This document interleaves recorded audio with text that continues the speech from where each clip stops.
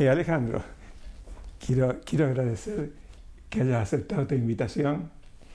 Para mí y para todos los que vean la filmación, va a ser un gusto escucharte, sobre todo porque me imagino que vas a hablar de la cuestión científica, pero además de las emociones, y fundamentalmente en el tema que has elegido, que es el tema de la muerte. Así que nuevamente te agradezco tu ayuda y seguramente va a ser muy útil para todo lo que podamos escuchar. Soy Alejandro Ruiz Díaz, me recibí de médico cirujano en la Universidad Nacional de Córdoba, luego me otorgaron el título de especialista en psiquiatría en la Residencia Interdisciplinaria de Salud Mental en el Hospital Mira y López de la ciudad de Santa Fe, y me dedico a la práctica desde hace unos 25 años, la práctica de la psiquiatría en el medio privado y en el medio público en varios hospitales. La idea de estas palabras es hablar sobre el fin de la vida. Y los seres humanos somos los pocos, o el único, aparentemente somos el único, ser vivo que tiene conciencia de estar vivo y que tiene conciencia de que va a morir. Digo aparentemente porque la ciencia lo aseveraría, pero hay que ser humildes, ¿no es cierto? Se supone que somos los únicos que nos damos cuenta de ese proceso. Pero a pesar de que somos los únicos que nos damos cuenta de que vamos a morir, psicológicamente, culturalmente lo negamos permanentemente. Nos cuesta asumirlo en el debate, en la charla, en la reflexión. No se habla mucho de esto en la sociedad, en general, en las distintas sociedades y culturas fue siempre así. Pero este tema es, como decíamos siempre con el tema de la salud, se dice la salud es demasiado importante para que quede en manos de los médicos, ¿no es cierto? La salud es un tema de todos, donde todos los discursos, todas las necesidades, los miedos, todas las ideas sobre ella deben ser puestas en la balanza. La muerte tendría que ser lo mismo. La muerte es demasiado importante como para que quede en manos del médico o de la medicina solamente. El morir no es un fracaso. El morir es una experiencia de la vida. El morir es parte del vivir. Pero es diferente en distintas culturas. Es diferente en distintos pueblos según sus creencias, según sus historias, según sus tradiciones. El impacto es diferente. Imagínense lo que es la muerte en un país asolado por la guerra durante 20 años seguidos. Es dolorosa, rompe vínculos, genera pérdidas, pero a la mente, a la psicología de esas personas, es como que se ha naturalizado en parte. Distinto es morir de repente de alguna enfermedad a una edad donde todavía no se espera ese hecho, en una comunidad pacífica, donde no hay violencia, donde la vida transcurre plácida, donde se espera vivir mucho y bien. La distinta preparación se nota en este momento. Y el tema de la preparación es esencial en este tema. Por un lado, no sé si alguna vez podemos estar preparados o qué es estar preparados. Por otro lado, podríamos decir que esta falta de debate, esta falta de poner el tema en discusión constantemente, hablarlo al tema, nos deja poco preparados. No por casualidad, los cementerios y los manicomios normalmente se hacen alejados de los pueblos y en caminos secundarios. Allí está lo que no queremos ver, la locura, la muerte. Y esa negación, de pronto, nos ha llevado a que depositemos en algo, depositemos en alguien este tema. Que se ocupen los especialistas. Y aparece la medicina, aparece el médico ocupándose del tema de la muerte. Y la medicina lo hace a su modo. Lo define, lo organiza, lo clasifica, se apropia de la muerte, se apropia del morir. Y de a poco va cambiando el estatus social de la muerte. Yo recuerdo tener 5 años, salir con toda mi alegría infantil a la vereda y de pronto mirar hacia un costado y quedar congelado, pasmado. En la esquina había un carruaje de madera trabajada, labrada, con ruedas de maderas torneadas, negro, laqueado, con una enorme cruz en un techo, con 4 paredes de ese dosel de madera, donde colgaban cortinas de raso con flecos. En el pescante un conductor de caballos, todo negro con una galera y guantes blancos, y 4 caballos totalmente negros con unos penachos que le colgaban. Era evidente, allí estaba la muerte. Se había muerto alguien. Se había muerto alguien allí. Nada disfrazaba el momento. No sabía yo que había pasado eso. Si hubiera pasado el día anterior hubiera visto un crespón, un moño negro en la puerta. Porque allí se murió, allí se lo veló. Allí pasó a buscarlo ese carruaje fúnebre para llevarlo al cementerio. La medicina nos quitó eso, entre otras cosas. Hoy el paciente deja su casa, donde vivió, donde enfermó, muchas veces mucho antes de morir. Pasa a instituciones, a hospitales, pasa a salas comunes, se agrava, va a terapias intensivas, a coronarias, pierde el contacto con su gente, pierde el contacto con su familia, deja de verlos. Hay horarios cortos, por momentos, separados, no adecuados a las necesidades de la familia ni del paciente, al reglamento de la medicina. Allí está en una cama impersonal. Podríamos hablar de los no lugares, esos lugares donde no somos más que cosas, los aeropuertos, las terminales de ómnibus, las terapias intensivas, las salas de velatorio. La medicina nos quitó que pudiéramos decir, en esta casa murió el abuelo, en esta habitación murió el abuelo, en esta cama murió el abuelo.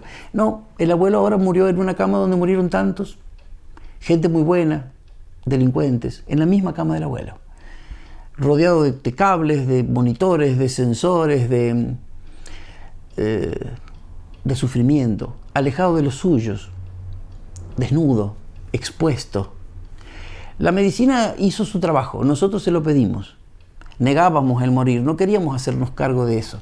Y la medicina organizó su tarea en relación también a la muerte.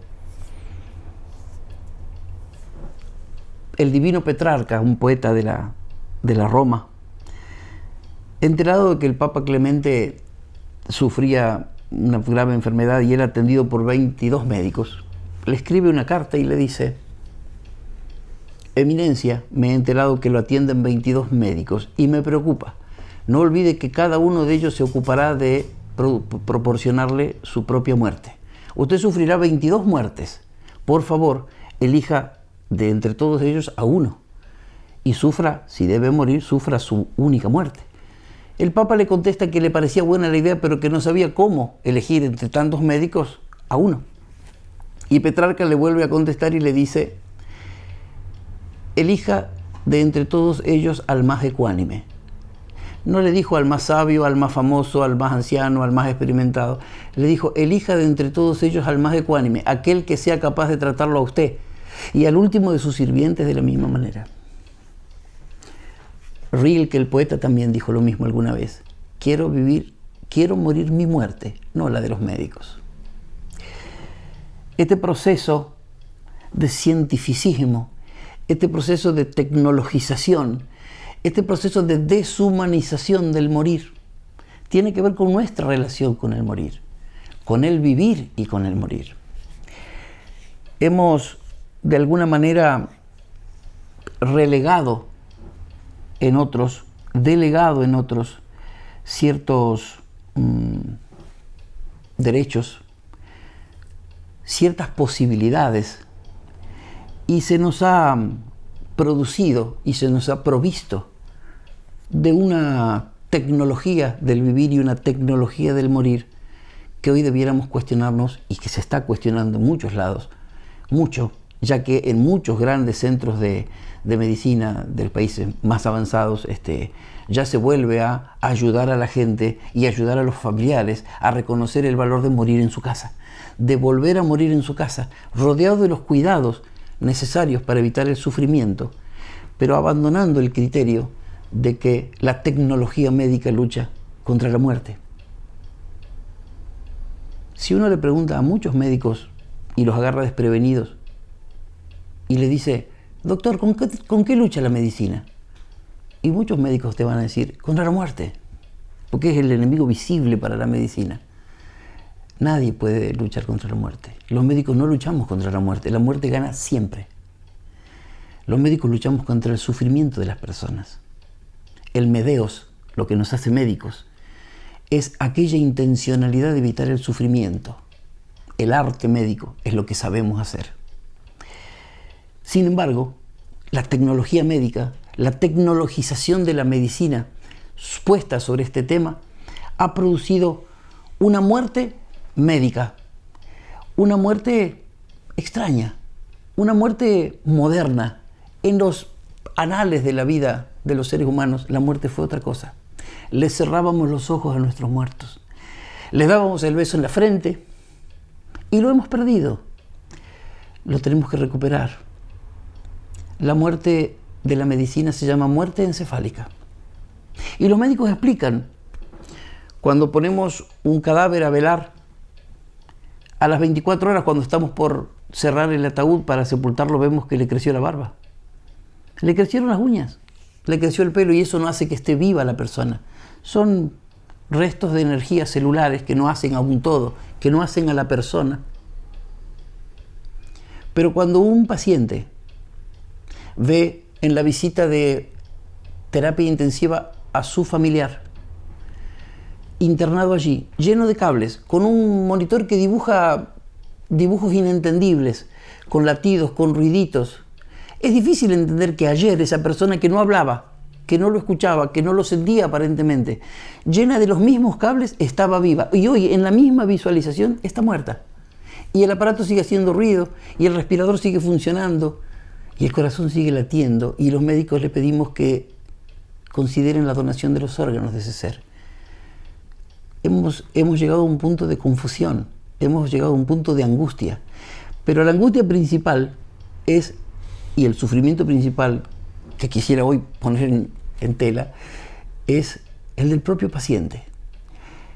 Florence Nightingale, en algún momento en el terror, en la desproporción que significa la guerra, en un momento colocó todas las mejores tecnologías médicas que tenía en ese momento en una carpa de medicina. Tomó a los mejores médicos que había, los organizó y les dijo, ustedes vengan conmigo. Y a esos médicos, y con esa mejor tecnología que tenían disponible, le dio a los pacientes más graves. Inventó con eso el concepto de los cuidados intensivos. Los médicos menos formados con los pacientes más fáciles de atender. Los médicos más formados con los pacientes más difíciles. Para curarlos. No para que murieran, para curarlos. La unidad de terapia intensiva no existe para que la gente muera allí.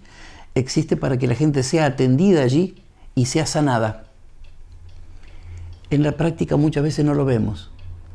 Porque como dice Callahan, aparece Callahan con la idea de la estrategia del límite, dice la medicina empieza a acelerar, a preocuparse, a acelerar toda su tecnología, toda su energía, toda su fuerza, todo su poder, hasta el borde del abismo llamado inutilidad. Los sanitaristas nos van a decir que el 75% del dinero que la sociedad gasta en salud en una persona, los gasta en los 10 últimos días de vida de esa persona. Qué increíble, ¿no? En los primeros, el 75% de su vida, vacunas, control de presión, alguna operación de cirugía y nada más. En los últimos segundos, trasplantes, catéteres, stents, alta tecnología, salas especiales. ¿Para ayudarlo a bien morir? No, para ayudarlo a mal morir. Prolongamos la agonía. Hacemos indigna su situación. Lo alejamos de su familia. ¿Por qué? Porque no sabemos cómo frenarnos. El médico no está preparado para esto, porque para el médico de la medicina moderna, la muerte no es parte de la vida, es el fracaso de la medicina. Decía un soldado, hablando de Florence Nightingale, la creadora de la enfermería moderna, decía en su relato, estábamos todos en nuestros catres de campaña, todos mutilados, dolidos, sufrientes, temerosos. Y nos dormíamos tranquilos después de besar la sombra de Florencia sobre nuestros cuerpos. Esa visita personal de ella en el último momento para darle las buenas noches los hacía dormir y los hacía sanar sus dolores, más que otra cosa. El médico hoy está alejado del paciente, lo toca poco, habla poco. Son los aparatos, son los sensores, son las leyes a las cuales temo, y porque no me hagan un juicio porque no hice tal cosa, hago tal procedimiento. O porque la religión o la moral me va a decir con qué derecho paré, no paro, no me detengo. O porque la familia me va a reclamar una mala atención, les demuestro que hago cosas increíbles y muchas veces innecesarias. Pero siempre el mandato es otro. La medicina que no me da poder para decidir, la justicia que me va a hacer un juicio. ¿Y el paciente? ¿Cuándo pensamos en el paciente? En su derecho a transcurrir ese momento que es la coronación de su existencia. Ese momento que para muchos es lo que da sentido al vivir. Morte digna honora vitas, dice el proverbio latino. Una muerte digna honra todo el resto de la vida de la persona. Pero ¿dónde está nuestra relación con la muerte? ¿Dónde está nuestra relación con ese proceso, con ese acto, que no es un proceso tecnológico? Aparece el concepto de futilidad. Necesitamos entender cuando los tratamientos son fútiles, cuando ya no pueden proveer salud a la gente. Cuando el tratamiento ya no puede curar, es cuando el médico, enfrentado a muerte, con la muerte, dice a los familiares, ya no hay más nada que hacer. Y eso solamente significaría que la medicina no puede curarlo al paciente, pero tiene tanto que hacer. Aparecen los cuidados paliativos, aparece todo el confort hacia el paciente, el no sufrir del paciente allí. Hay mucho por hacer. La futilidad del tratamiento, aceptarla, aceptar los límites, aceptar que más allá de nuestro deseo, la vida tiene sus reglas, lleva a cosas como lo que se llama la limitación del esfuerzo terapéutico. Empezar a decidir qué cosas dejar de hacer, empezar a decidir qué cosas ya ni intentar, porque el maltrato hacia el paciente, porque el esfuerzo ya es desproporcionado con el logro. Eso frente al hecho de lo que se llama la muerte intervenida. La muerte intervenida es el otro concepto. Es no voy a dejarte morir sin hacer todo lo que pueda yo en tu cuerpo. Cánulas, catéteres, transfusiones, aparatología. De alguna manera, la necesidad es la de poder decir un hasta aquí. En un trabajo donde la voz del paciente debe ser escuchada desde mucho antes. Cuando el paciente esté ya en coma, cuando ya no pueda comunicarse, es importante que ya sepamos qué siente ese paciente, qué quiere ese paciente, qué quería ese paciente. La relación con la familia, la relación con el entorno, que hace que pueda entender la situación. A veces, cuando el médico propone un tratamiento más, una técnica más, el pariente del paciente les dice, ¿usted a su padre le haría lo mismo? Y el médico a veces dice sí, y se hace el tratamiento. Pero otras veces el médico duda, demora, tarda en la respuesta. Y allí el paciente se da cuenta que es discutible, que se puede decir no, que se puede parar, y el médico se da cuenta que está frente a gente que puede contener ese momento y puede aceptar la muerte de su familiar, su ser querido. Y se aflojan las tensiones y las obligaciones del cientificismo, de la ley, de la sociedad, y se le puede conceder al paciente otra muerte. De pronto, de alguna manera, la muerte digna es el concepto por el cual debiéramos poder ayudar a bien morir para que la muerte sea sin mutilaciones innecesarias, sin sufrimiento, para que la muerte sea sin aislamiento, para que la muerte sea respetando los deseos de la biología y los deseos de la psicología, los deseos de la sociología, de las creencias del individuo. Poder de pronto entender a la muerte como una parte de un proceso vital. Debemos aprender a vivir y debemos aprender a morir. Podemos entenderlo, posiblemente pasado el dolor y la angustia de saber de la enfermedad y de saber del fracaso de la terapéutica, aparezca el éxito del amor, el éxito de la comprensión, el éxito del respeto a la vida y a la historia de ese paciente, y podamos aprender a morir. Nada más.